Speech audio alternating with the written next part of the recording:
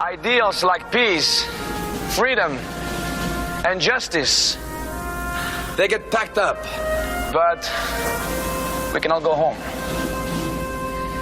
Well, I'm not going home.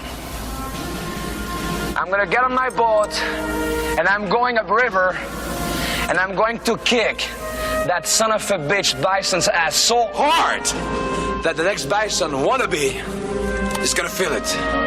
Now, who wants to go home? And who wants to go with me?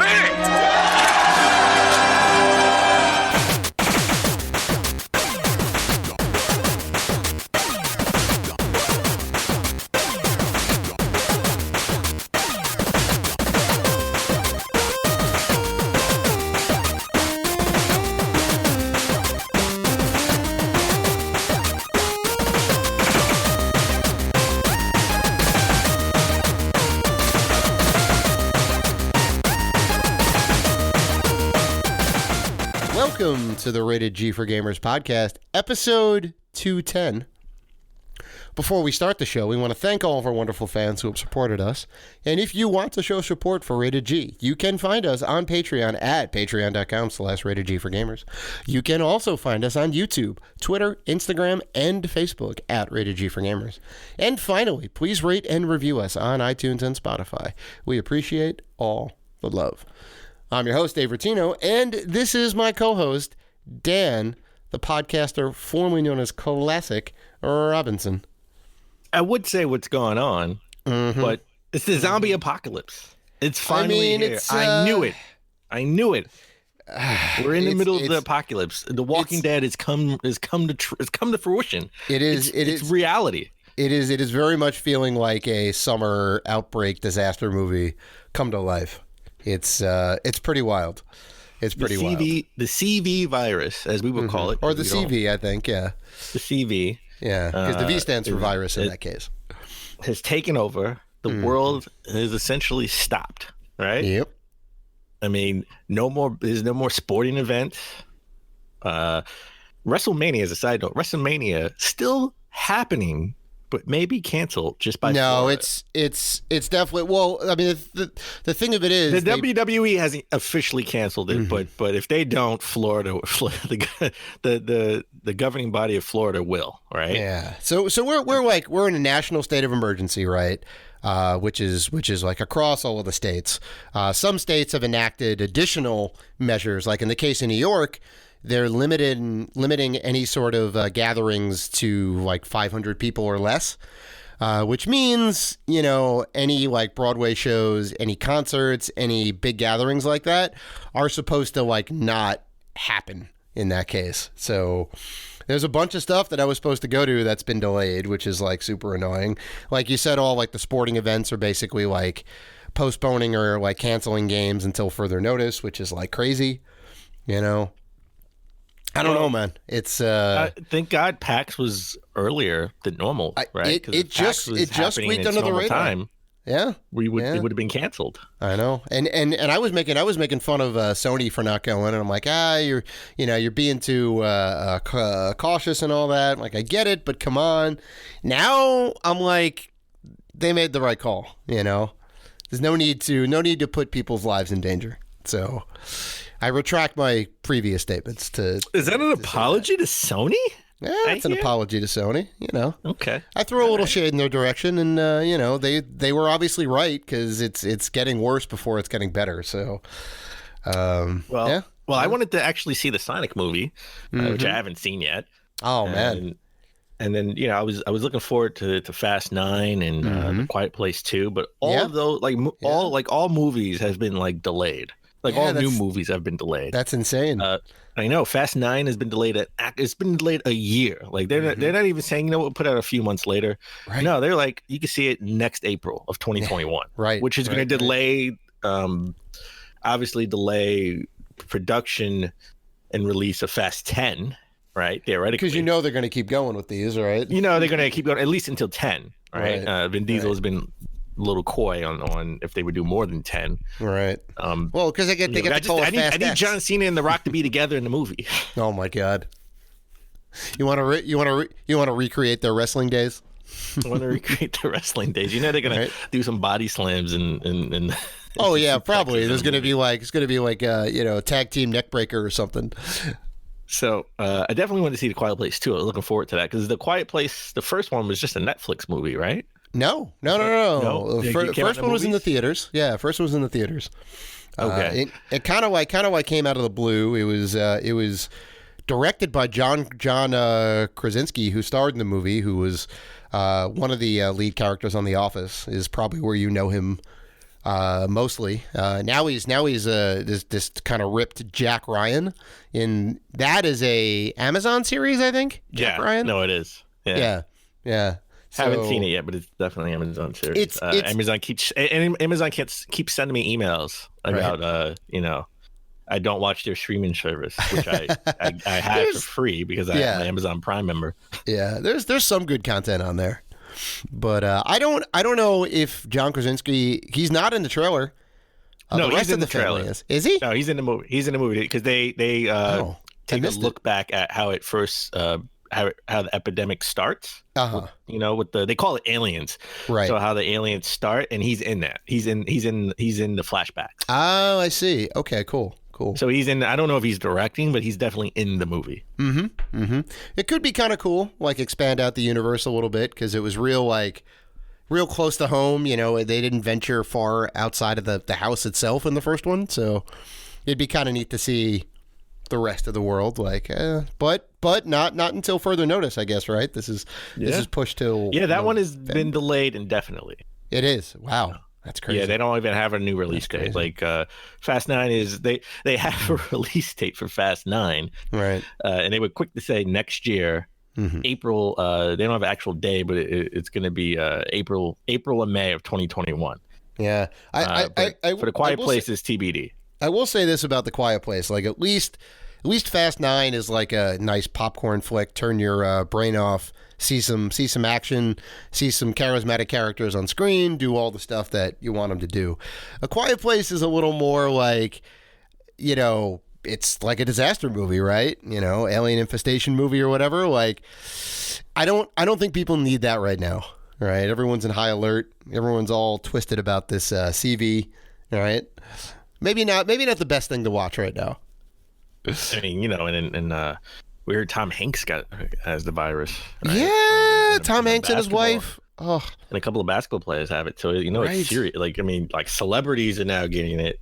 I think some government officials actually got diagnosed with it as well. Like, I mean, that's right. That's right. Not to get like political, but some foreign political person, I forget who or for where, met with President Trump. And so there's, was a possibility there, which is like crazy because he's got the highest appointed office in the nation, right? He's supposed to be the most protected, the most safe. And, there's a chance he may have it. So, nobody is safe in this case. Nobody's safe. All right. Wash your hands. I don't want to use hand sanitizer.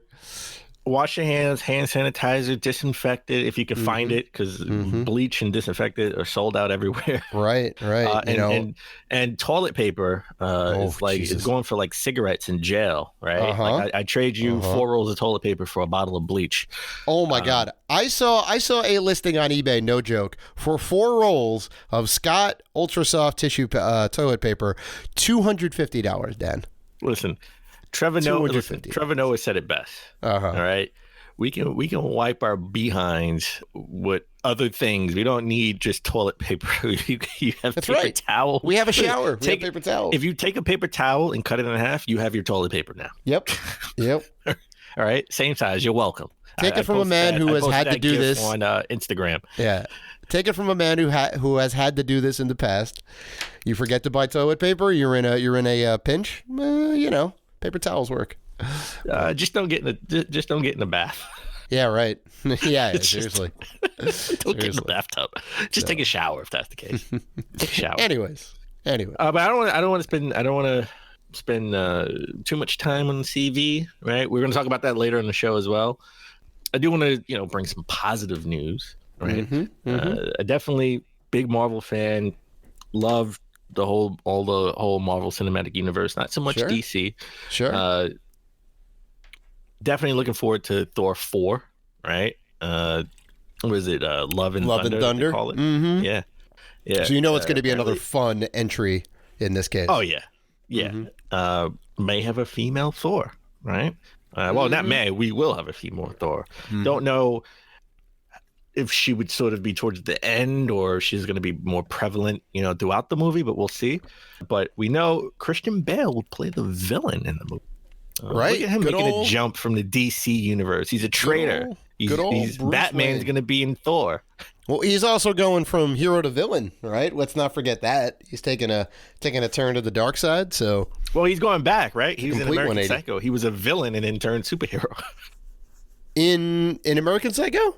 Oh, yeah. He was the villain. Bad guy. He was the antagonist or the antagonist, I guess. Yeah. And yeah, right. And then he's superhero and Batman. And I was watching something on I was watching like some of these Entertainment Tonight shows, and they told Christian Bale, it was like, tell us something that, an interesting secret or interesting thing about one of your films. And he said, in American Psycho, he didn't know that, because he was like a new actor at the time. This was like the early 2000s. His co-stars thought he was like the worst actor ever. Like, he told the director he was the worst actor ever. Like, while they were shooting. Right. Wow. But then they saw the movie and was just like, oh, he's pretty good.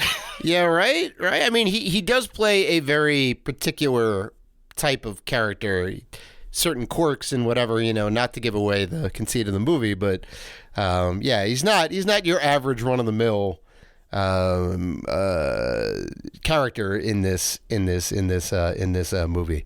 But wow, that's crazy. That's crazy. He's like, he unbeknownst to him, right? They were doing scenes, and they thought he was just like the worst actor. I bet they're all eating their hats now.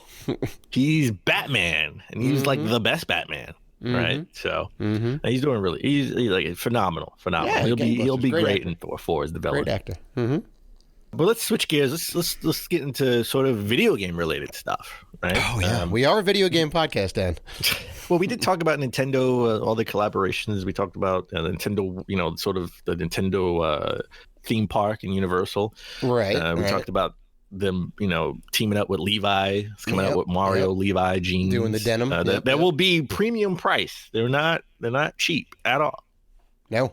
But looks like Nintendo is teaming up again. I have another team up with Lego, and it's going to be like Nintendo and Lego, Lego Super Mario themed Lego, sets being sold.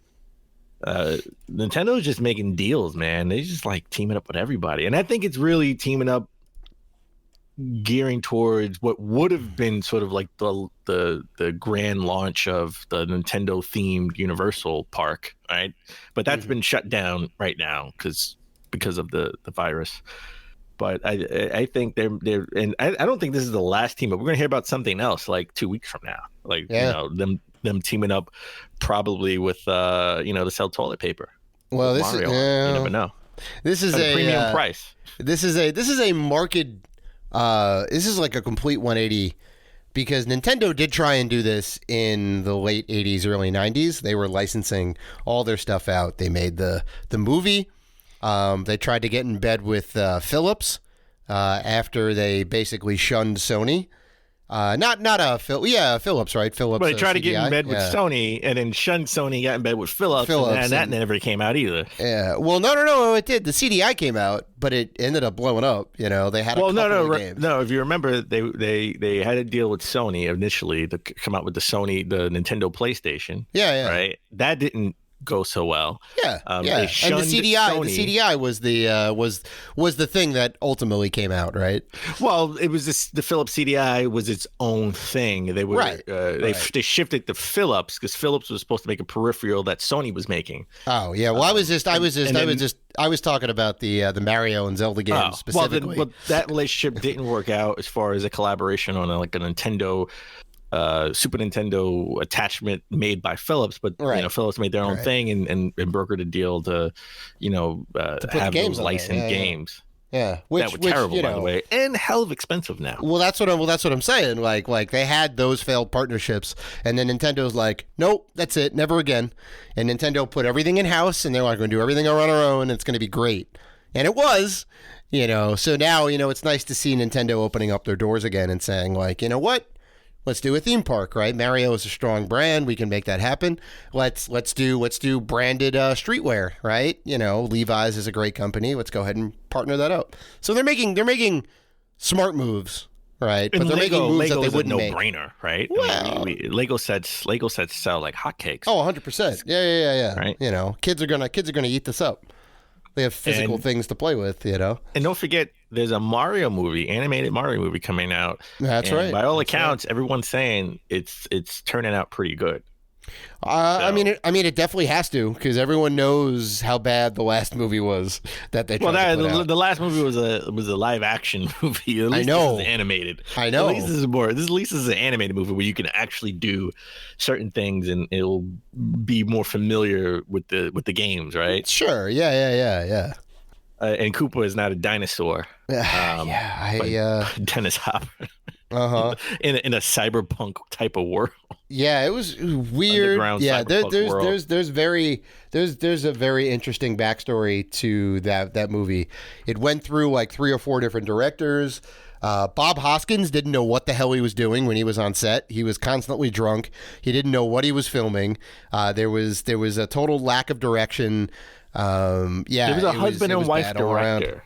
At a point, it was. I mean, it went through 3 or 4 different directors. At least the initial shooting was like I think it was initial shooting or towards the end. It was like a husband and wife director somewhere in there, yeah. And they just didn't get it. They just didn't get it. Mm-hmm. They wanted something completely different, and basically we ended up with a mismatch of everyone's visions at the end of the day, and nobody could really rectify the script. And it's like, well, someone's got to really someone needs a Kevin Feige to take the reins and say, this is what this movie should be about, and if it does well, we can do more of them and we can grow the brand. But what are you saying? Are you saying for the NMCU, like the Are you talking about the Nintendo, the NCU, the Nintendo Cinematic Universe? I mean, think about it, Dan. All these characters have come together in Smash Brothers, all right? There is a way to integrate these characters properly, and you have infinite possibilities. So you have your own Mario movie, you have your own Zelda movie, you have your own Donkey Kong movie. Mm-hmm. We even have a Suicide Squad with the Koopa Troopers, mm-hmm. and then you come together for the ultimate UFC movie. So maybe, but I will definitely. Or Gone in 60 Seconds kart, Mario Kart type of thing.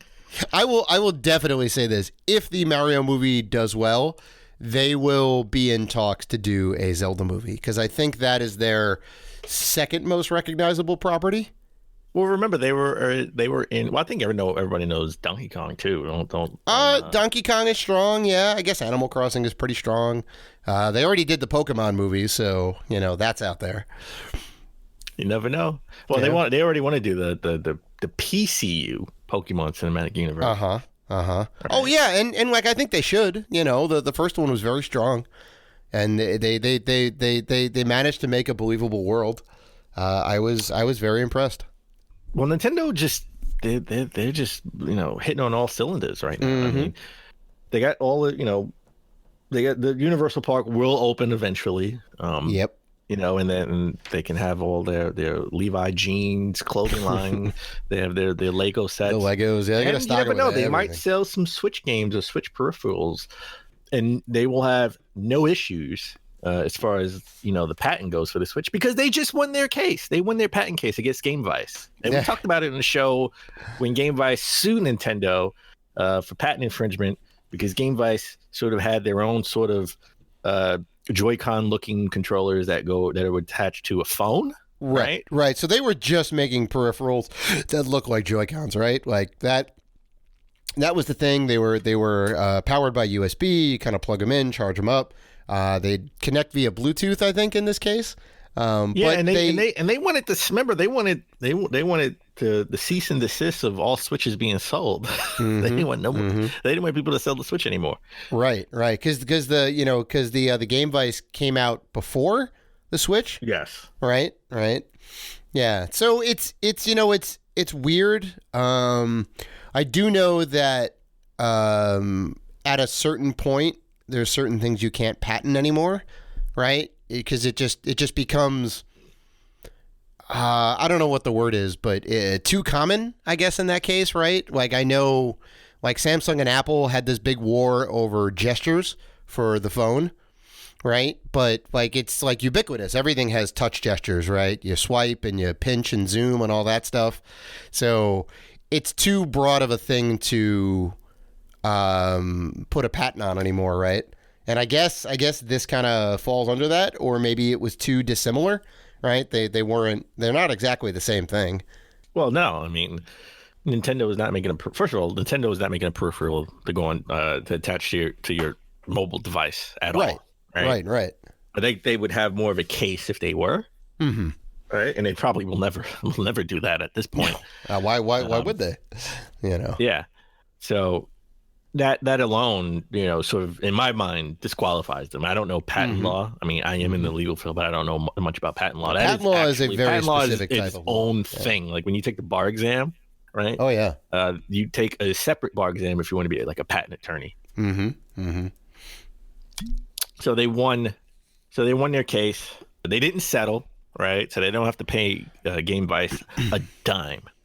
So that was hey, look, good effort, good try. Probably years of legal fees they're paying. Like I think it was like 2 years, maybe a year. Yeah, they've been going to court. So the people who win are Nintendo and both attorneys. So let me ask you this hypothetical situation: what if the roles were reversed? What if the Nintendo Switch came out first with the white Joy-Con things, and then the Game Vice made a thing for cell phones? Do you think that Nintendo would go after like Game Vice for patent infringement or copyright infringement or whatever it is? Probably, because you never know what Nintendo is thinking towards the future, right? And maybe they're thinking about making Joy-Con attachments for the phone, right? I mean, a patent, just because you have a patent doesn't mean you're actually going to put it to market. No, of course not. There's thousands, millions of patents that never go anywhere, but people patent the idea and they're like, here's what I want to do. So you save the intellectual property, I guess, right? Yeah. I would like to think Nintendo wouldn't bother with that because they're doing their own thing, but I wouldn't fault them if they tried. Just like I don't fault Game Vice for sort of trying. Sure. Because it's a fight over an idea, right? And if they genuinely thought that this was an idea that they had, that they wanted to maybe, start with phones and work up to it, actual having their own device, right? Okay, well, you know what? Go ahead and try. Yeah. I mean, but just, when you do it, you have to know if you lose, that's it. And you just wasted a lot of money on legal fees. Yeah. You gotta know what you're getting into, and be prepared for a long, drawn out fight. Especially with Nintendo, right? It's not like you're facing some small company. You're facing a company that's been around since over 100 years. Yeah. But Dave, I have to tell you, I picked up 2 games. Well, one game finally got delivered, and I picked up a game. Yeah. And I accidentally bought the wrong one. I gotta explain, Dan. I gotta tell you. Talk to me. Well, I'll stick with this. So my friend Pedro finally came in. Hey. I know you could buy my friend Pedro on the Switch. I got it for the Switch in stores, but I bought it directly from Devolver. It's a different game. It's a different art. The artwork is different than the one that's already out in stores, right? And I get actual color manual with it, which is awesome. That's wow. That's real surprising. You don't see many of those nowadays. Manuals in general, even. And then I brought Ori and the Will of the Wisp for the Xbox. I think that's the last. I think we talked about it last week. It's the last Xbox exclusive physical exclusive because I don't think the Bleeding Edge? I think Bleeding Edge, that game from the guys who made Senua's Sacrifice, that multiplayer game. I don't think that's going to have a physical release. So this is like the first exclusive game for Xbox, last physical for the Xbox One. Right. And I accidentally brought the special edition because I went into Best Buy, GameStop. I always keep saying, always confuse GameStop. Yeah, I know. Well, they're like one letter switched or two letters flipped. Yeah. So, well, GameStop, I no longer have a GameStop where I work by the Nintendo store. I already talked about how pissed off I am at Amazon for, sort of buying out the lease and killing and just kicking out all the stores that were in like this whole strip. Yeah. I'm not gonna get into that again. But I no longer have a GameStop by me, so I have to walk to Best Buy, which is like an extra 4 blocks away. And they usually have all the new games behind the counter. So I looked behind the counter. I saw the Ori game, but I only saw the special edition. And I'm like, oh, so I guess, is that it? And he said, yeah. So I bought it. And as I was walking out the store, they moved sort of like this this rack of sort of like semi-new games that they have. They moved it to the front of the store. And right there was sitting a regular version of Ori in the Will, which I would have bought if I would have saw it. But I got the collector's edition, comes with an art book, steel case, digital code for the soundtrack, and a CD with the soundtrack. It's not bad. I believe it's not bad. I'll take it. Not complaining. I'm just saying I didn't mean to buy it, but I have it. Right. Well, awesome. So yeah. So I did. I picked up finally got to pick up one of the best games of 2017, a PS4 exclusive, Horizon Zero Dawn. Wow. The game that came out complete edition. That's right. I got the full soup to nuts complete edition. Finally decided to pull the trigger. Found it at the good price at the GameStop. And I was like, yeah, you know what? It's time. It's time to get this game. Even like the guy behind the counter, who's like, he's like, a really cool guy, and we kind of shoot the shit every now and again. He's like, you haven't played this game yet? I'm like, no, I haven't. I know I need to play this game. Spider-Man yet? I know. Well, there's just GMG, Dan. Not enough time in the day. As much as I hate to say it, GMG. All right, not enough time in the day. We are grown men gamers. Even though we're being quarantined now, so we're self-quarantining and staying inside. There's still a lot of stuff to do. So I'm looking to rip into that game pretty soon. Very excited about that. So yeah, that is my one and only pickup right now. So Dave, as we always try to start the show but epically fail. Oh, what have you been playing? I have been playing, Dan, our game of the show, and one of your Game of the Year nominees 2018, The Messenger. Well, it was the Game of the Show of PAX in 2018. That's right. And I think you nominated, I think it was one of your nominations for Game of the Year, if I remember correctly. Could be. You definitely spoke very highly of that game. Finally, like into The Messenger right now, and it's amazing. It's amazing. It's different. Get back into that game. Yeah, and you gotta get the DLC and play all that. Like I'm looking to do that as soon as I get done with the game proper, because man, is it good. Soundtrack is great. Controls are on point. Like that game is hard. Yeah. That game is NES hard. I'm moving through it at a pretty good clip, though. Like, the boss battles are a little tough. It takes me a couple tries, but I get through. So nothing's really been holding me up. This is not going to be a Batman scenario where it takes me 4 years to beat this game. So, yeah. So what about you? What have you been playing? What's the other game? The other ninja game that's being Cyber Shadow? By... Yeah. Cyber Shadow. I can't wait for that game to come out too. Yep. We ended up playing that last year at Yacht Club Games, and we met the developer and composer, I think. Very nice guy. I think it was a one man show. I think you're right. It's the first game that Yacht Club Games is producing or publishing, I should say. Right. Their first published game. Yeah. Right. So they're like starting to get into that to become a publisher more than just like the Shovel Knight guys, which is great. I think they could be like a good Devolver. I think we mentioned that on the PAX East show. But yeah, that is also shaping up to be a pretty solid game. Okay. Well, I've been playing Ori and the Will of the Wisp. Listen, It's good. It's I'm good, not right? too far into it because I haven't had a chance to really dive deep into it. I will say I like where you can button map, some of your controls, right?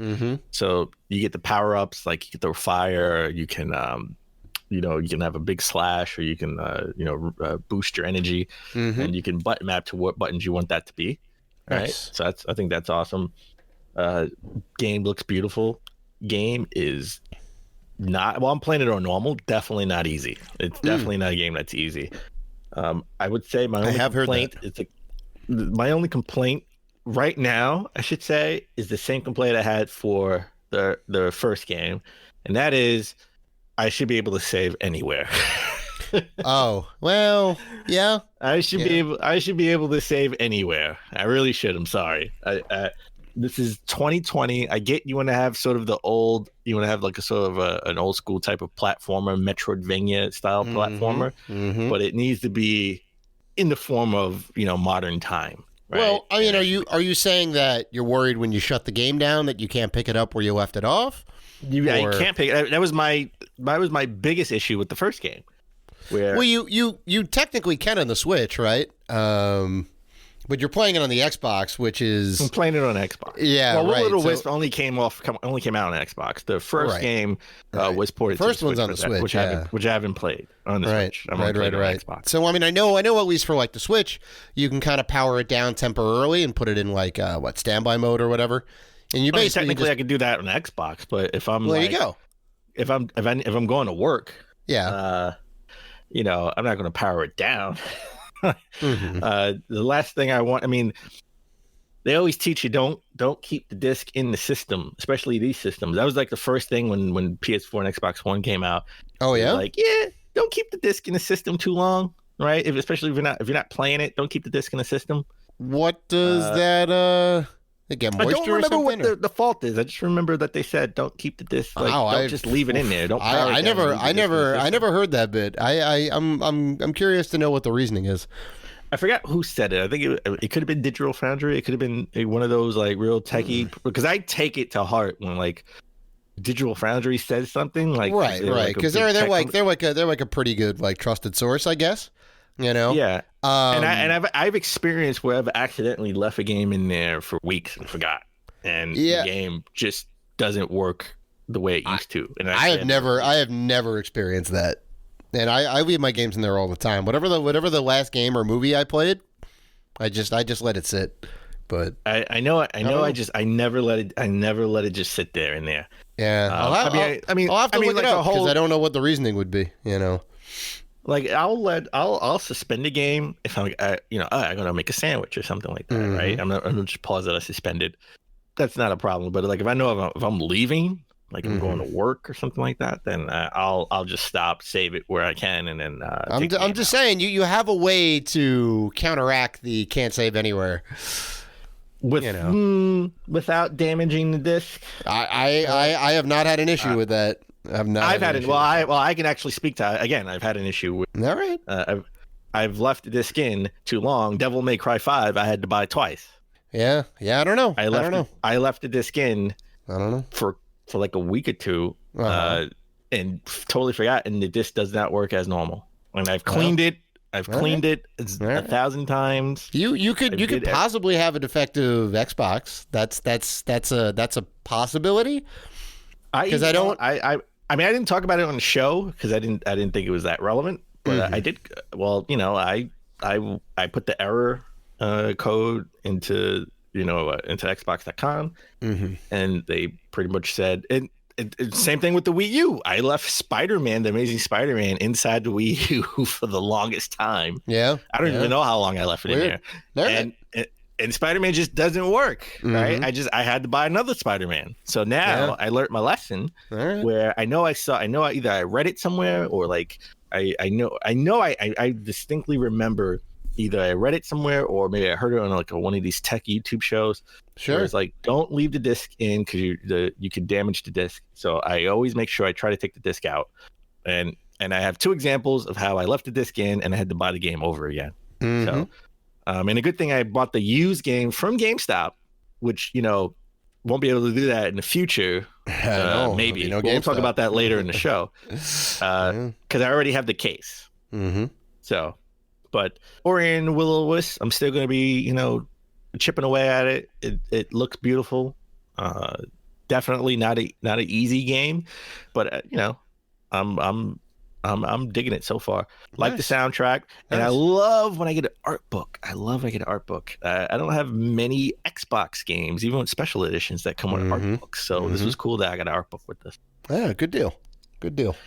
I want to get into our indie game spotlight of the show, and it's a game that you saw at PAX. I didn't get a chance to. Well, no, you played it. I saw it. But you actually played it. I didn't get a chance to play it at PAX, and that's Trick Shot. Yeah. So this was in the PAX Rising area of Penny Arcade, right? Or the PAX Expo. And it's notable because the PAX Rising area, this is where we saw Grid Fight. It's a game that we talked about on episode 208, like the PAX recap show. And, we're over the moon about Grid Fight. And I got a chance to play Trick Shot. The games in this small little area are handpicked by PAX, by, like, I'm assuming Gabe and Jerry and a couple other people on the team are like, we want to single these games out because we really like these games. We want to give them some shine. So they go like in this area. And Trick Shot was another one of those games. It was fun. It was a first-person shooter on skates or a board, depending on your character. Person. What's that? I thought it was a third person. It is a third person shooter. Yeah. So you get to see your character, but it plays a lot like Quake, except you're a lot more mobile. So it's got kind of like a Jet Set Radio, Tony Hawk kind of vibe to it. So much so that they had a band re-record the Superman song for the trailer, which was one of the songs in the first Tony Hawk game, which I thought was kind of funny. So you're hearing this like happy-go-lucky punk ska song played over like gameplay of people like running around this arena. And everything's set up with like, rails and jumps and this and that. So it looks like a giant skate park. And you can kind of pick up weapons and power-ups like as you're like running around the arena, and it's more about the tricks. So I think your final total score matters more than how many kills you get. I think you get points for killing people, but you get more points for like stringing combos together.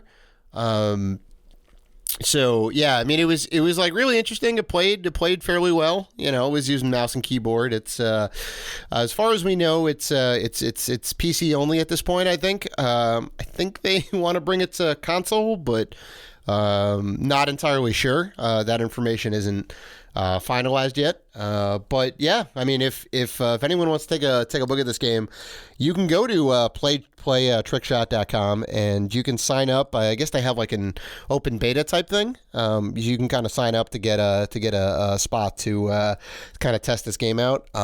It was pretty fun. I had a good time with it. Fairly new developer, right? Meddling Kids. I haven't heard of these guys before, but I got to speak to them for a little bit, and they seem like they seem real enthusiastic about the game, and there was definitely people lining up to play this game, and that's it's usually a good sign. So yeah, I mean the aesthetic, the sort of the art style and the aesthetic look cool. I'm not much of a skateboard fan, right? Wasn't a big Tony Hawk fan. I wasn't a big skateboarder back when I was a kid. I had a skateboard and it was cool. It was okay. That wasn't my thing, but I could see the sort of the hook where you have to do tricks and you're shooting other people at the same time, right? Yeah. Sort of like a Tony Hawk meets Destiny. Yeah. Yeah. Or not even Destiny. Tony Hawk meets Fortnite. Sure. Yeah. It was it was good. Like it still needs a little more time, and I don't think it's coming out anytime in the near future, but I believe they want to get it out this year, if I'm not mistaken. So yeah. Well, it's a game for us to keep our eye on. Mm-hmm. So when we take a break, when we come back, we get into the top gaming news of last week. Hey, this is Matt Adler, freelance journalist for IGN, and you're listening to Rated G for Gamers podcast.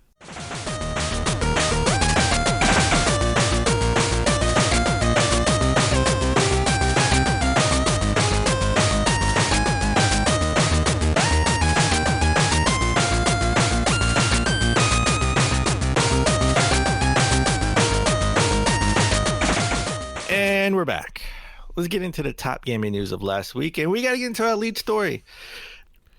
E3 2020 is officially canceled. Yep. It's over. Yep. It's done. First time in 25 years. Yep. E3's been moved and shuffled, but never canceled. Well, they did stop it in like 05 and then bring it back in 06, 07, I think. Right? Didn't they like take it down and then try and retool it, and it was terrible, and then they brought it back to where it was? Well, they made it more. They privatized it more. Like it was very low key. Yeah. It did not do well. I remember. It did not. Wasn't it in Atlanta for that time at that point, right? I could have sworn it was like in Atlanta or something like that. It may have been. It may have been. Yeah, they were trying to experiment with stuff, and it just they experimented and they made it very low key, and then they changed it the next year because that didn't work. Yeah, exactly. But they still did something. So this year, E3 is officially canceled because of the CV. Yep. But they did say that they're trying to make it more of a. They're still going to work with everyone to try to make it more of like a E3 a digital thing, right? Oh yeah. Well, everyone's around got the same time. Yeah. Like everyone's got plans to do a direct style. They're basically they're gonna do what Nintendo does every year and do their own thing without an audience, right? Yeah. And then, I mean, at this point, like calling something a direct is like saying aspirin, right? Everyone's doing a direct. That's what it's coined. Exactly. Yeah, it's that's just the name for it, right? You're doing a direct presentation, I guess. And like, I think you're right. Direct yeah, there you go. And you're right. I think they want to do it like have it at the same time, so they're going to coordinate everything to be like, around E3. And if you're wondering why would any of the developers or companies care to work with E3 to do it around the same time, and that's simple. You don't want to have a Nintendo Direct and an Xbox inside Xbox drop at the same time, right? Mm-hmm. Right. You want to make sure that you're working with sort of like a central, like E3, like like a central hub. To say, all right, well, if Nintendo's going to do it this day, then I'm going to do mine the next day. Right. Stagger them out. Because you want to get that market share of like the attention of people. That's right. Like now is Microsoft's time. Now is Nintendo's time. Yeah, I mean, even if it's just later in the day, or even like the next day, like that's enough time to say, okay, if you wanted to watch both, you can, because they're not going to be conflicting in that case. So I think that's smart. And you have time to digest too, right? You don't want to have it to where you get a Nintendo Direct at 9:00 and then at 10:00 you get Inside Xbox, right? You want to get a time to digest and go through like, wow, we just saw Metroid Prime 4. Like, oh my god! Like, I don't want. Yeah, why?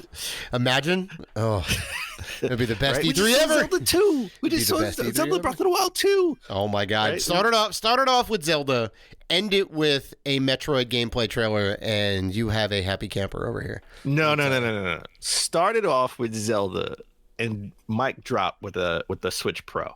The Switch Pro. No. Switch Metroid, bigger announcement to me. No way. Yeah. Metroid, definitely big announcement inside somewhere in the middle of the direct. But mic drop with the Pro. It's like, no way. Yeah, guess what?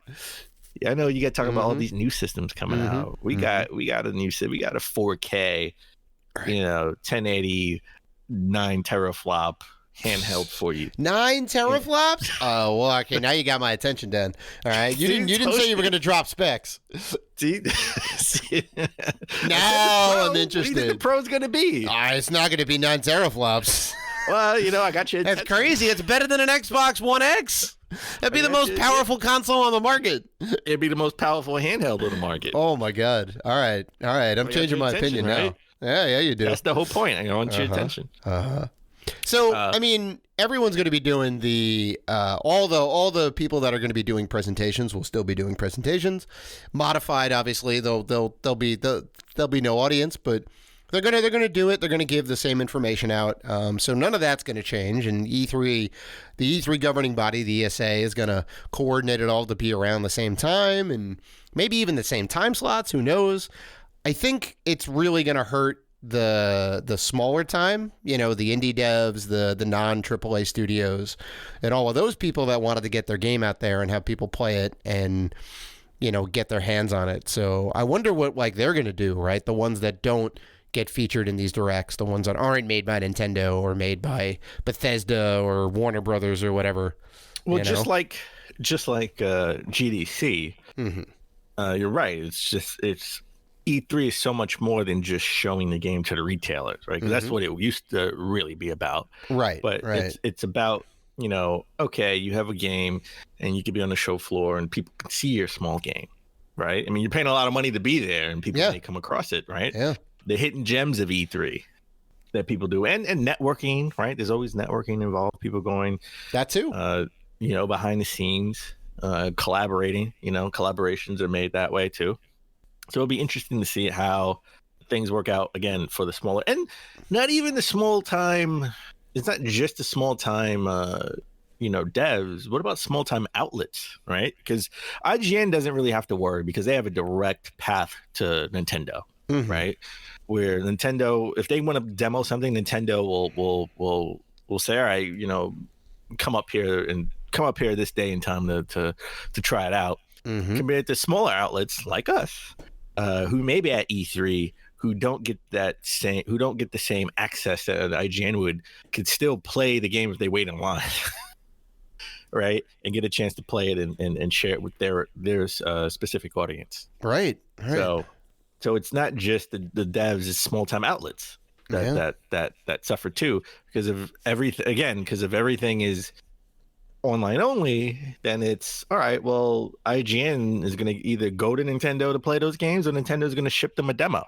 I wonder if they're going to try and do playable demos via keys and whatnot. Right. I mean, easier for PC Steam stuff, right? Because they have that set up. Maybe they could do that for consoles too. I don't know. Well, the only issue is people data mining, right? You don't want anybody. Well, there's that too. Yeah, right. Because you're in a controlled environment at E3. You don't have to worry about the leaks. It's a very good point. And the bigger games that are hush hush, right? Yeah, get shown behind closed doors. That's right. In a hotel room, right?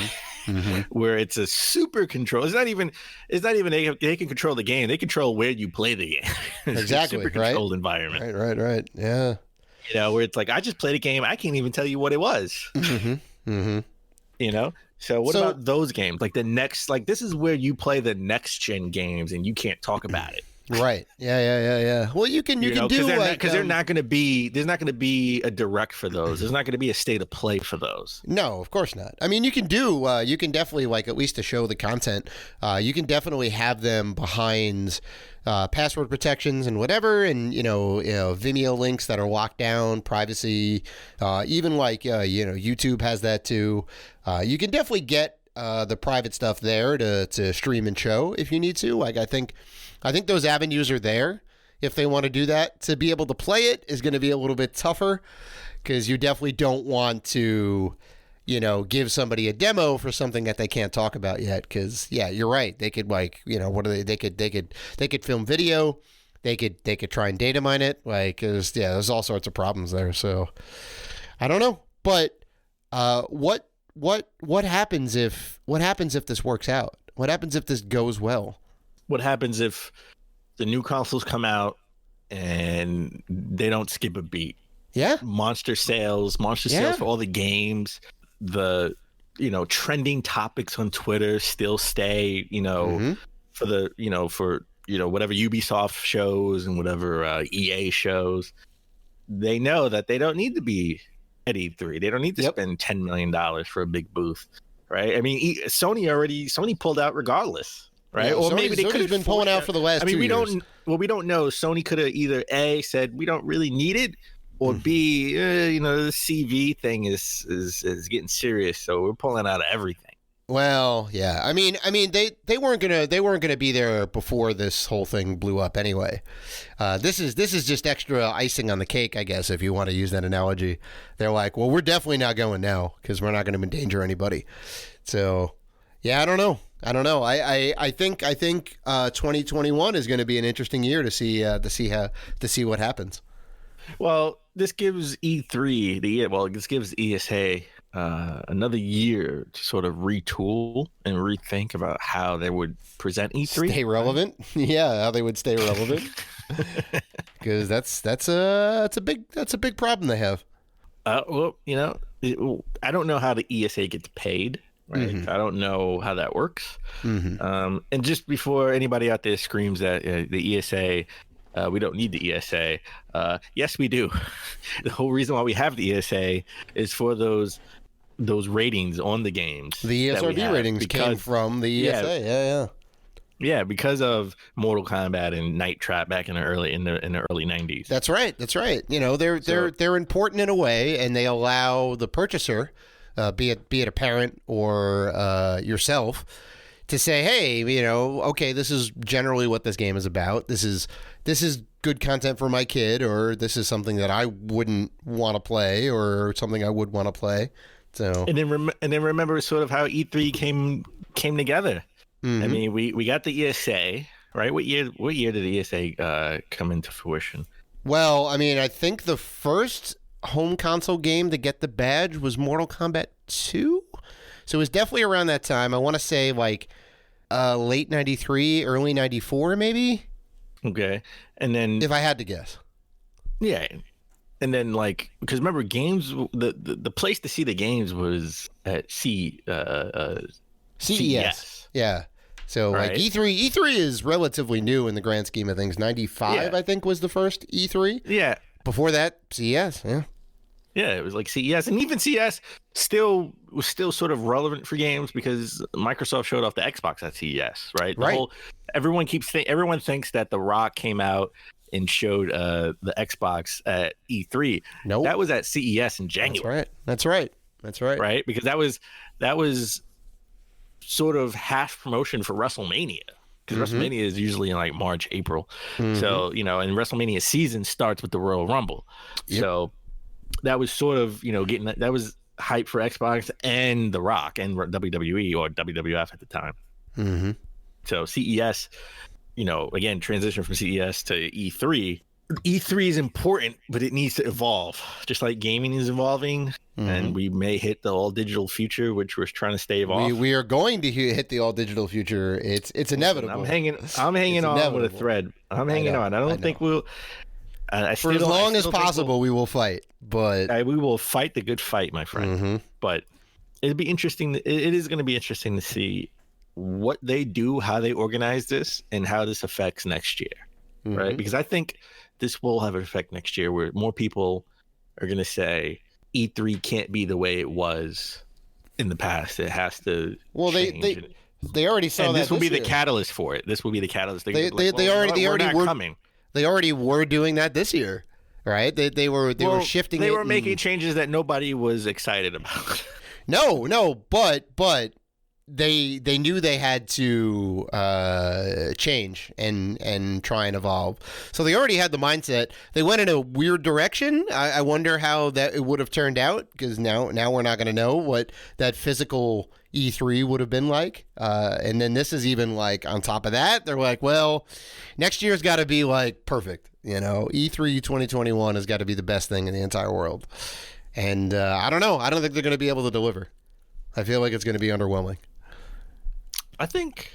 What you think the new digital E3 this year is going to be underwhelming? Well, I think E3. Well, I mean, it's going to be weird. I don't think this is going to be underwhelming. I think next year is going to be very underwhelming because they're going to have such high expectations to really kind of knock it out of the park. I think next year is. I think if they want to change E3, make E3 more of a PAX, mm-hmm. make it more of a fan event. Mm-hmm. Than a retail event, because there are like Sony even said it when they pulled out of E3. They said there are dozens of sort of retail events out there. Yeah. Right. E3 is just the biggest, but there are dozens, and it worked for them last year. And if they do it right, it can work for them every year.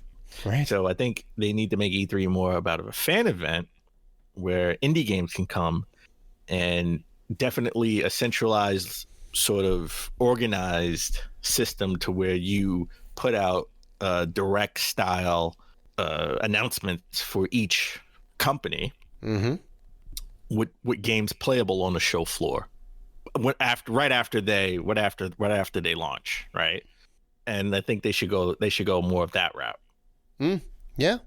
So the companies will spend less money, right? But still have their games hyped up, still have those meetings with retailers, and fans get a chance to be there and share in the hype. Right.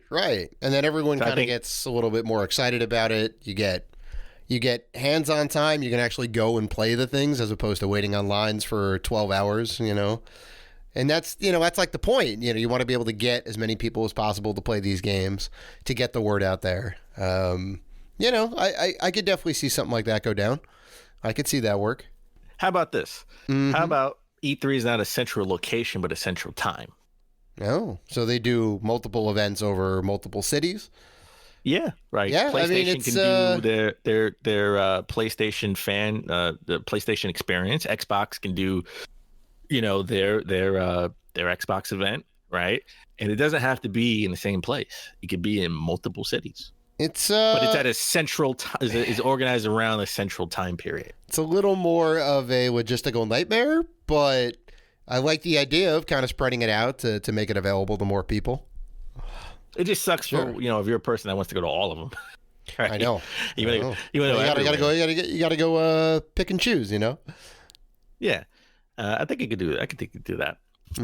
But now that E3 is officially canceled, and we're gonna have more of a digital E3, a lot of leaks are now coming out, right? And this was bound to happen. I mean, we were gonna get leaks. Even the closer we get to E3, we're gonna get leaks. But I as soon as E3 was canceled, I was like, watch, we're gonna start hearing stuff. And one of the biggest sort of leaks out there was that Warner Brothers planned unveiling a new Batman and Harry Potter game at E3 2020. Oh yeah, that's right.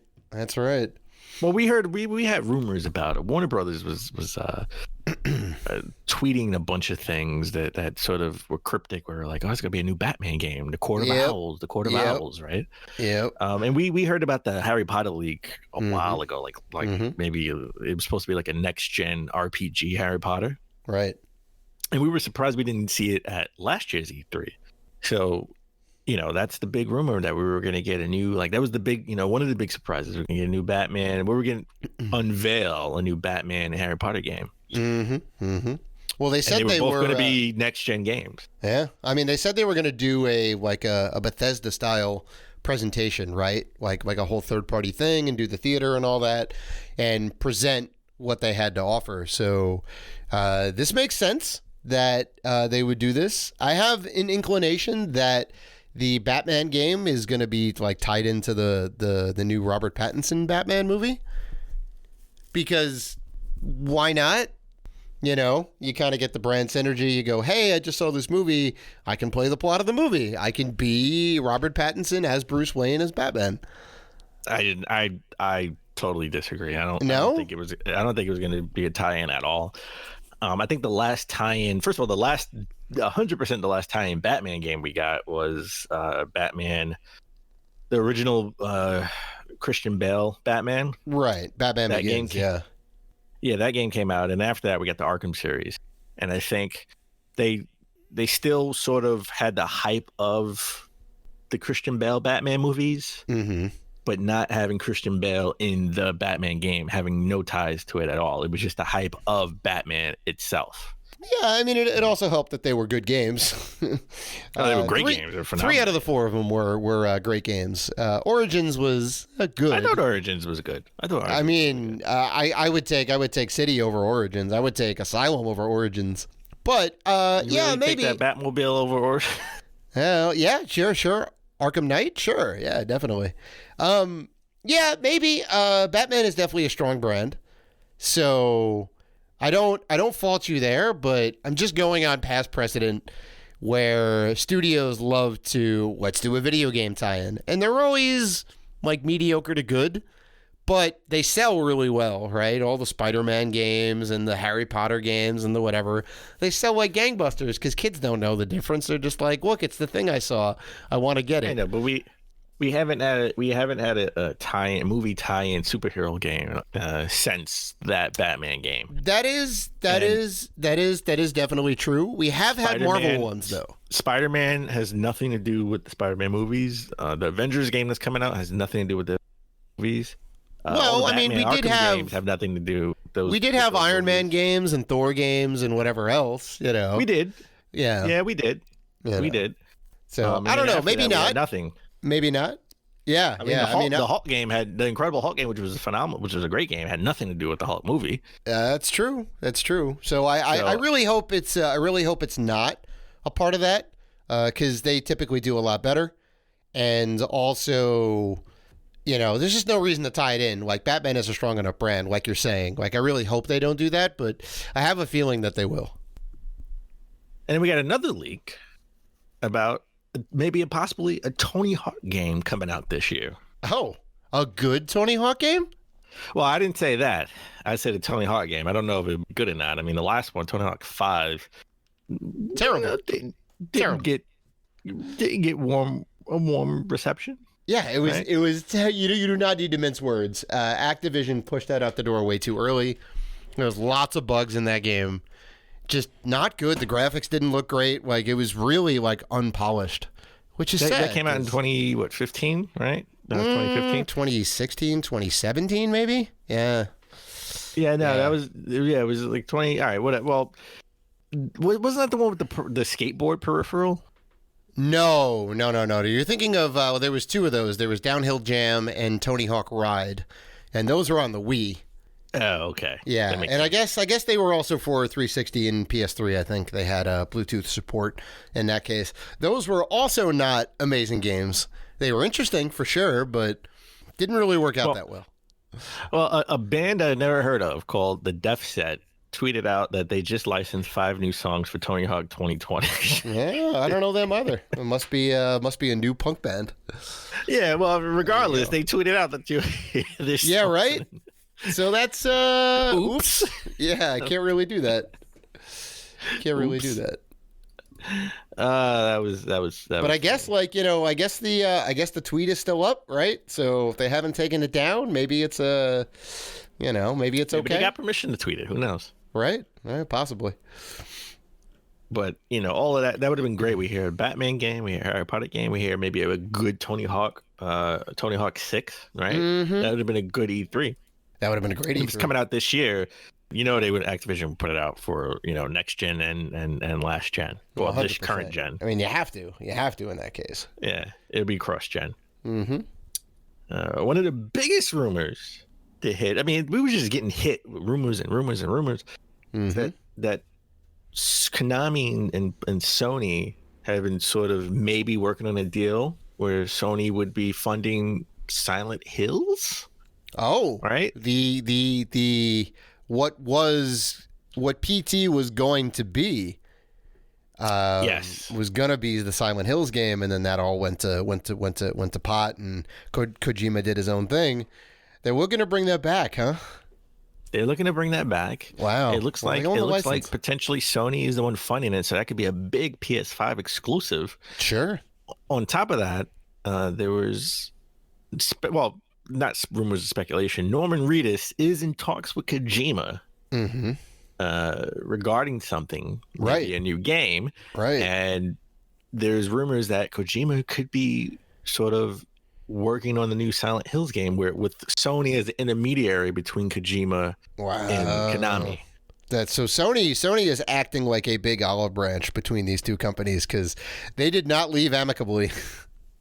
Konami was not treating their devs properly. Kojima's like, F this, I'll make my own studio, and that was that.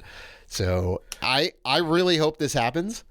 That would be amazing. I called it. Didn't I call it a few episodes ago? I said, did you? Kojima makes another Silent Hills, right? I mean, I didn't know how it would happen, but he's been talking. He's been first of all, he's been teasing. They've been teasing some things. They put out like a cryptic tweet, and we thought maybe it was a horror game or a Silent Hills game.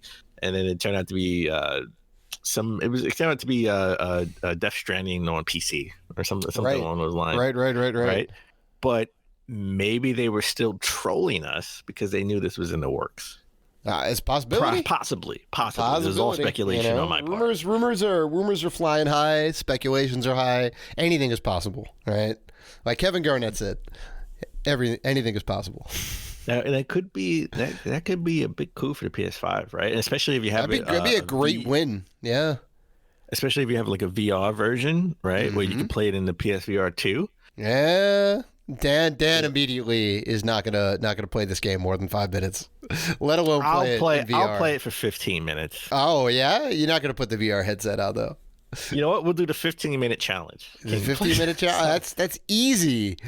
Why don't you do the whole game challenge like I did with Resident Evil? Nah, I'm good. Crush that game, Dan. Crush that game. Oh, once we got to the table and he started chasing me, I'm done. Oh, that's like the first 5 minutes. That's the intro scene. It is not. First of all, it is not 5 minutes. Oh, please. It is definitely like within the first 30 minutes. Yeah. I'm good. I'm good. I was like, I'm good. Get this headset off. It was great. Listen, they got chainsaws in that game. The father was like swinging these chainsaws around, and I hate chainsaws, and I still made it through that game. So listen, I'm not good with conserving ammo. I'm not good with conserving ammo. Just give me if you give me unlimited bullets, a bit, then yeah. Oh, it is not that. Yeah, it is not that spray and pray kind of game. Not at all. If you give me unlimited bullets, then I'll do it. But I am not good with conserving ammo. Dan's just kicking down the door like Duke Nukem with like 2 guns akimbo, right? Machine guns with unlimited clips. Yeah, if you put me like Rambo, I'll do it. I'll do it. Hey, there's a market for that stuff. Mashup. There's definitely a market for that stuff. So, and theoretically, we thought that Xbox we theoretically thought that we would get like the announcement of next gen, right? The official unveiling, specs, price, look of the new systems at E3. Microsoft did throw a curveball. We got some specs. We know what it looks like. We know what it's called. We don't know the pricing. We don't know the full specs, I don't think, or the special features. We don't know what the new games are other than Halo Still Infinite. Some question marks, yeah. We're definitely going to get that. We were definitely going to get that at E3, at least for an Xbox side. We didn't know what was going to happen with PlayStation. Maybe we'll get a state of play around the time. Maybe they'll have an event around the time of E3. We still don't know much about the PlayStation 5, but some new leaks suggest that the performance will be similar to the Xbox Series X, where we know the Xbox is going to have 12 teraflops. Yep. It's speculated that the PlayStation 5 would be 9 teraflops, but in actuality, this new leak, I should say, not in actuality, this new leak suggests that it would be 11.6 teraflops. So right up there Even with better. Xbox Series X. Yeah. Definitely. I was going to say definitely like, it's definitely doubling the power of the PS4 Pro.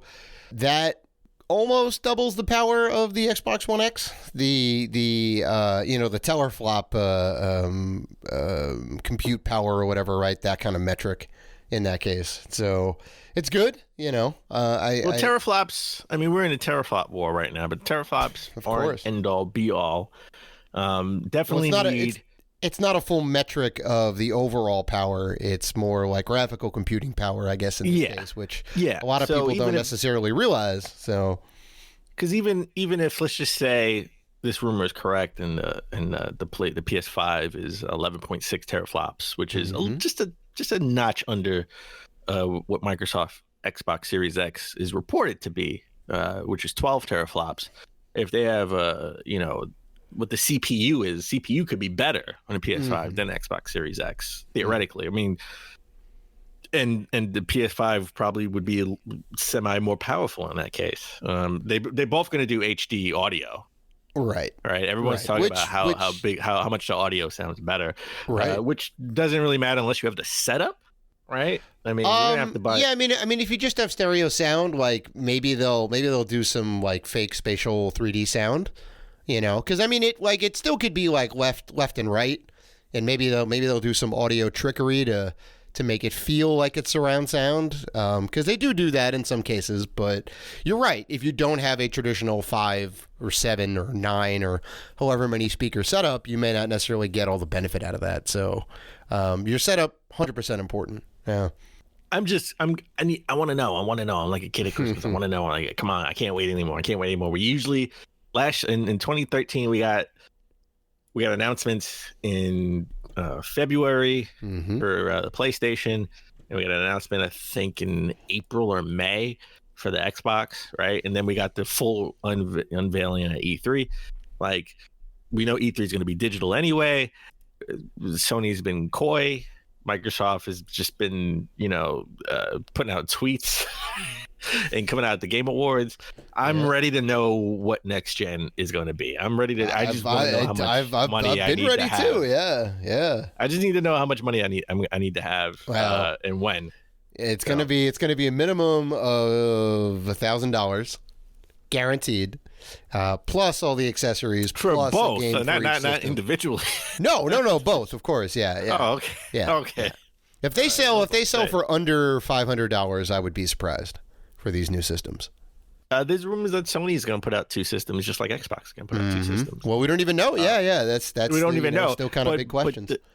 And the rumored second system for Sony is not all digital either. It's just a lower powered system. Right. So you'll get the base and the Pro model, but they'll come out at the same time, and you can pick and choose. Yeah, but anyway, a game that's out right now on the Switch that I own, that I did play on every other console. I have it for all 3 major consoles: the Xbox One, PS4, and now the Switch. Is The Witcher game, and I still got to get back into it. I mean, I thought I would play it more if I could play it on the go. I just haven't. I've been, with the Switch, I've been more in the, Mega Man and Animal Crossing's coming out. Sure. Games you can just kind of get right into, easy enough. Yeah, I think I'll go back into my Xbox save, because I have like the longest playtime in Xbox, because I bought it for Xbox when it first came out back in 2015, 2016, right?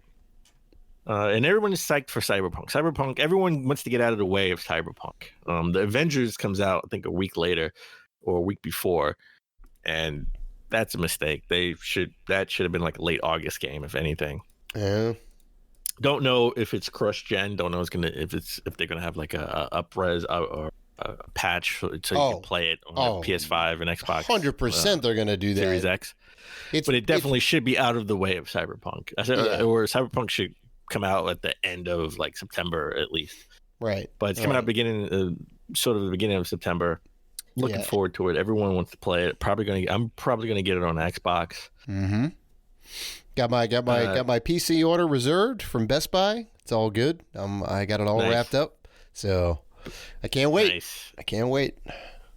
But CD Projekt Red did say that after they're done with Cyberpunk, that they're gonna work on the next Witcher game. Now I know what you're saying. I know what you're gonna say. You're gonna say, "Oh, so after September they're going to work on a new Witcher game?" No. After they're done with Cyberpunk, which means they don't have like they're going to have like 11 free DLC drops and 2 paid ones. Yeah. Well, that's what they did with The Witcher. They were really committed to giving free content out. And then they did 2 big paid things, which everyone was fine with because they gave out so much free content, and it was already a big enough game as it is. There was so much stuff in there.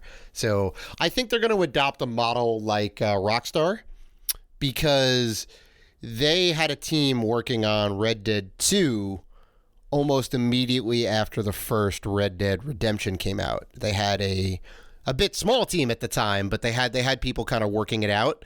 That game was in production for 8 years, all said and done. And in the last couple of years, they like really ramped up the development, and it was like an all hands on deck at that point. But that was while like GTA was being put out, and other games they did during that time I can't think offhand. I guess like all like the ports of GTA to the different systems, and all the while like Red Dead was working on in the background. So they'll like probably start like sketching some stuff out. Here's the general lay of the land for the game, general plot structure, and then start kind of like incorporating. I'm assuming they're going to use the engine for Cyberpunk on the next Witcher game. So it makes sense, and it's cost effective. 100%. Yeah. So not like it's not going to be full steam ahead, hands on, because you do need to support the game that just came out with patches and updates and extra content, whether it's DLC paid or like unpaid. So yeah. But the new Witcher game will not be The Witcher 4. It will not continue the story of Geralt. It's going to be all new, different protagonists in the same world, I would assume, because it's still a Witcher game, but just something different. So maybe Geralt will make a special guest appearance. Oh, right. Maybe he'll be DLC, cameo? right? Eventually. But this is not going to continue the story of Geralt. But if you do want to see the story of Geralt, just watch the Witcher series on Netflix. Season 2. They already greenlight season 2. As a side note, Netflix says they only want to really have 3 seasons of whatever shows that they make. They say that after 3 seasons, their data shows that after 3 seasons, people sort of check out and it gets in a decline, which is super weird. I would never imagine that. And Castlevania season 3 wasn't as good as season 2, but it's still great in its own right, and left the door open for season 4. Well, I mean, I think part of that comes from, can you maintain the conceit of a show and make it interesting and new and not stretch it out? Looking at you, Game of Thrones, right? The last 2 seasons were terrible because they didn't have any structure to know where they were going. The last 4 seasons of Dexter were terrible, went on way too long. Shows typically overstay their welcome by at least a season to 2 seasons, right? Nobody gets out early. So I guess they're saying, like, let's kind of end it on a high note. Let's keep it compact. Stranger Things is only going to be 5 seasons and that's it. So we get 2 more seasons and then it's done. And I'm okay with that. I'd rather have better than have more. I'll say that. I don't know about you, but I slightly disagree. Yeah, I'm not. Like NCIS, right? They were like on their 16th season, still like the number 1 show on CBS. Still a great show with 2 different spinoffs that are doing great. Love that show. It's a fun show. SVU celebrated its like 20th season, 21st season. It's a fun show, but I wouldn't call it good or I wouldn't put it in the same vein as like Breaking Bad. SVU. I think Breaking Bad could have went on. I think they could have had more story plots in there. No, it ended so well. It had 5 good seasons, and there's no filler. I think they could have had 10 good seasons. And no. I mean, because look, Hawaii 5-0. There's a little inside baseball right here. Yeah. I like a lot of CBS shows. Hawaii 5-0 just canceled. It just got canceled. So this is the 10th season. This will be it. Yeah. I am disappointed because that is my Friday watch show. That is what I watch. That's it's a fun show for sure. It's a fun show. I think I'm very disappointed in that. Stargate could have went on for another 30 seasons. Sure. Stargate was a great show, but I digress. I don't want to get too much in this because I can go into shows that were canceled prematurely. I'm sorry. Oh well, there's a ton of those too. Yeah. But we got some good news. So with an asterisk. Every Madden keeps getting pumped out every year and every year after year, and it's the same game with minor tweaks year after year. Oh, 100%. Yeah. I like the story element where they introduce sort of story mode, right? Haven't really gotten into it too much though. Would love to get some different type of NFL games, and we're going to, because NFL has now sort of broke that exclusivity with EA, kind of, and they've made a deal with 2K to bring NFL video games back, different type of NFL video games, but not simulation games. So we're not going to get a direct competitor to Madden, right? But we're going to get sort of think of having NBA Live back in the day, the 90s, and NBA Jam, right? Oh, sure. Sure. So that's what we're going to get. We're going to get a different type of NFL game with NFL stars, licensed stars. We're gonna get the Blitz version of whatever. That's exactly what we're going to get. And it seems like we're going to get this annually, at least what they made it seem like. Okay. Okay. I definitely welcome more competition, variety, and all that. So I like it. 2K was great. To be fair, and I think just about everybody would agree that 2K was the better football franchise. Yeah, 100%. Like 2K when that game came out, I think it was like $30. 2K5 was I believe $20 when it came out. Yeah. Because it was definitely cheaper. Yeah, well, I mean, it was out for a number of reasons, and still people didn't buy it, but it was legitimately a much better game. It was fantastic. It looked great. All of the ones on Dreamcast were amazing. That's where it got birthed. From like 2K1, 2K had some issues with the run game. 2K1, 2K2 were amazing. The animations were much better. It was just insane. Yeah. So happy to see him back. I'm in. Do you think do you think a annual Blitz style game is going to be too much if they end up going that route?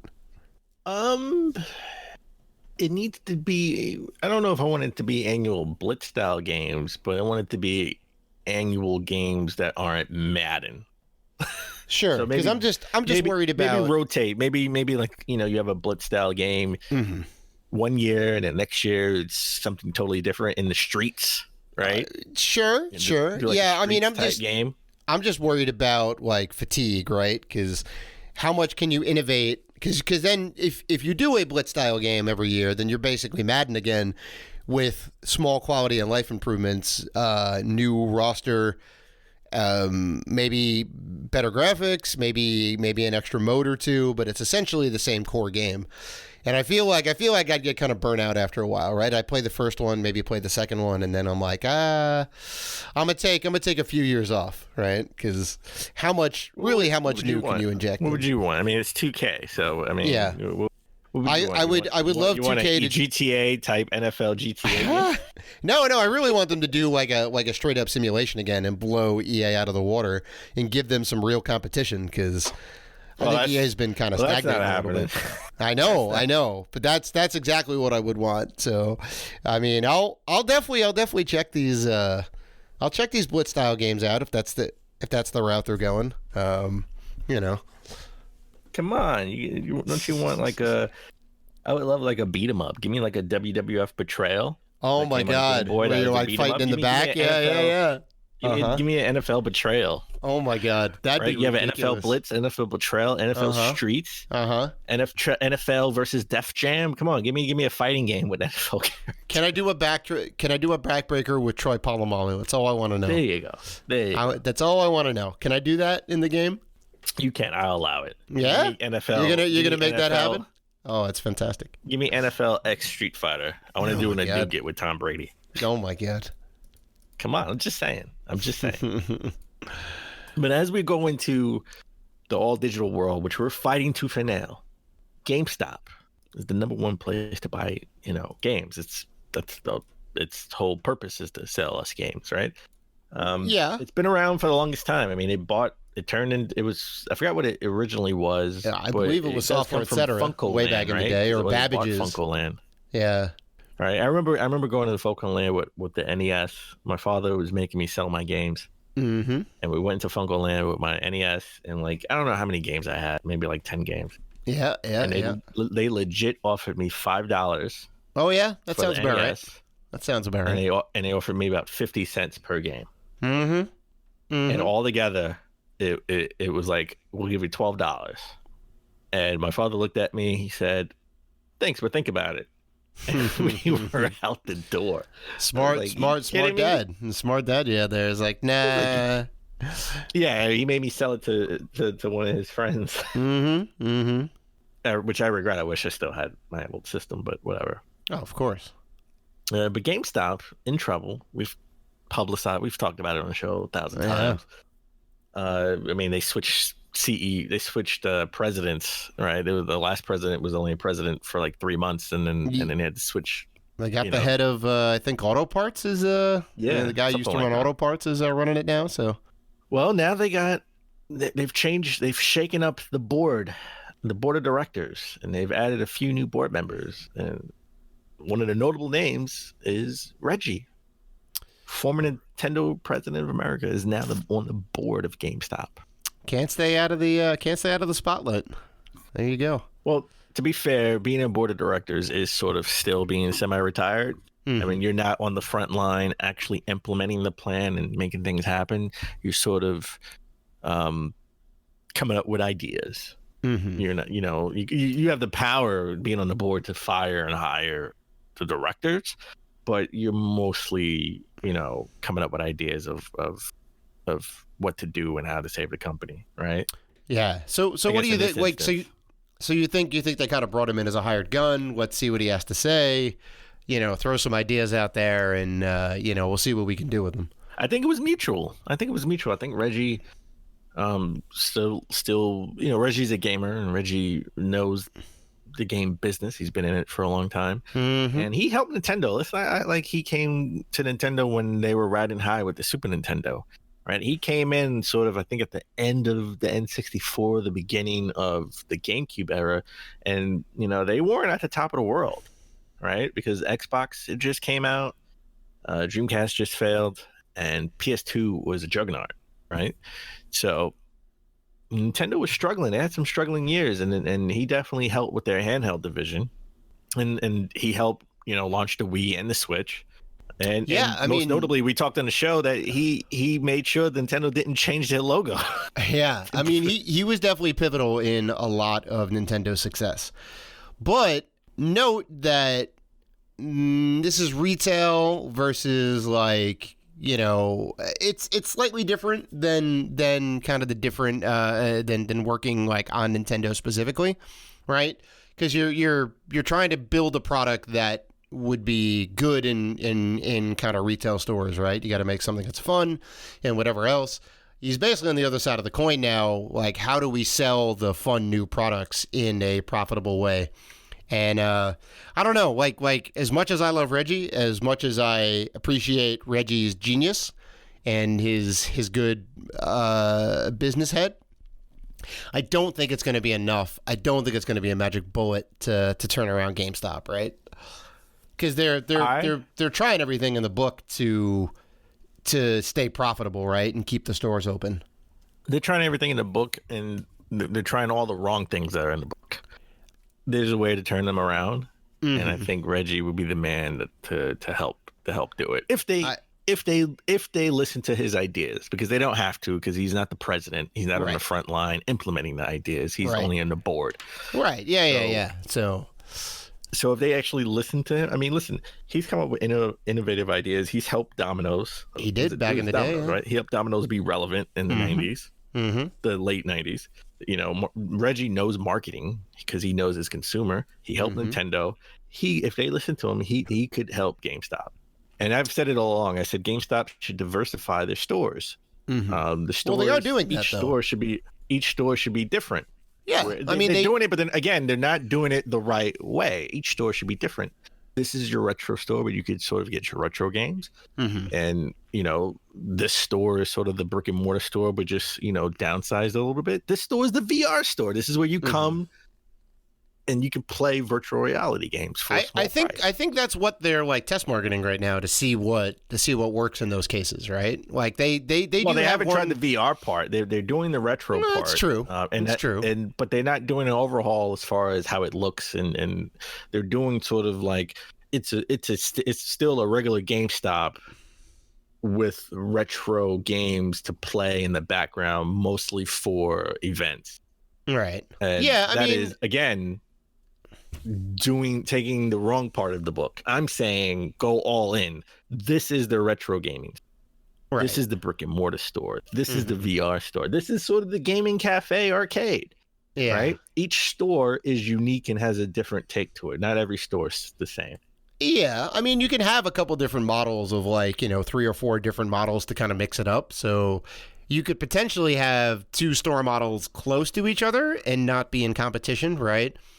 Because if you have one that's a retro store and one that's a VR store, you're kind of like, well, those are like separate things. You could potentially visit both and have a different experience of both, right? Which is good, because then you have a return customer and, you get to play different things. And I guess my only concern about all this is how do you monetize it, right? Because you can get people in the store, but if they aren't buying anything at the end of the day, then you have that problem. And I personally feel like the digital era is really hurting GameStop, where more and more people are just buying it online or getting it direct shipped to their house without ever going out via like an Amazon or like a Best Buy. You can get it that day. You can get it that day free shipping if you have Amazon Prime, you know. Well, there you go. That's what it's called. You know, they need to diversify their business model. Mm-hmm. I can get the new PS5 or the Xbox Series X direct from GameStop.com, shipped to my house for free shipping, and 5% off my next purchase, digital or physical. Right? Beat out Amazon. Play their own. Play their game. Mm-hmm. Right. You have to pay to play the VR games. It's not free. If you want to come to the VR GameStop, you got to pay. You have to monetize it. Yeah. You got to monetize it. You know, it gives them an experience. Have a barcade. Have one of the GameStops be a barcade type of GameStop. Yeah, you have to pay to get in, and you can play whatever you want all night long, right? And you have a bar. People buy drinks, and then you're getting into liquor licenses and all that. Like, that's why it's not every GameStop, it's that particular game. Yeah, that's like a whole other ball of wax. But maybe it wouldn't hurt for them to try anything at this point, because otherwise they're just gonna fade into existence. They may just be an online shop. You may just like, well, we got GameStop.com, we have all this product, we're just gonna sell it direct to consumer, and that'll be that. But we don't know what the future holds, but I think Reggie, if they listen to Reggie, they can at least delay the inevitable. Yeah, I'm sure he's going to have some good ideas. Yeah. But, yeah, all right. Well, I think that about does it, right? That's episode 210 in the books. It's a wild ride, folks. It's crazy out there if you've been watching the news and keeping up with the CV and all that. So stay safe, wash your hands. Use hand sanitizer. Make sure to not touch surfaces if you don't need to. Do all the things to keep yourself safe. And it is St. Paddy's Day when this episode drops. So happy St. Paddy's Day to everybody. If you're celebrating, even if you're not going out, you're celebrating in your own way. Happy St. Paddy's Day from us to you. So yeah. And if you want to interact with us, and we know you do, you can find us on Facebook, Twitter, Instagram, and YouTube at Rated G for Gamers. We are also part of the Gaming Podcast Alliance, so check out all the fine podcasts on there if you're looking for more gaming goodness at www.gamingpodcastalliance.com. So please listen, like, rate, review, and subscribe. And as always, keep gaming.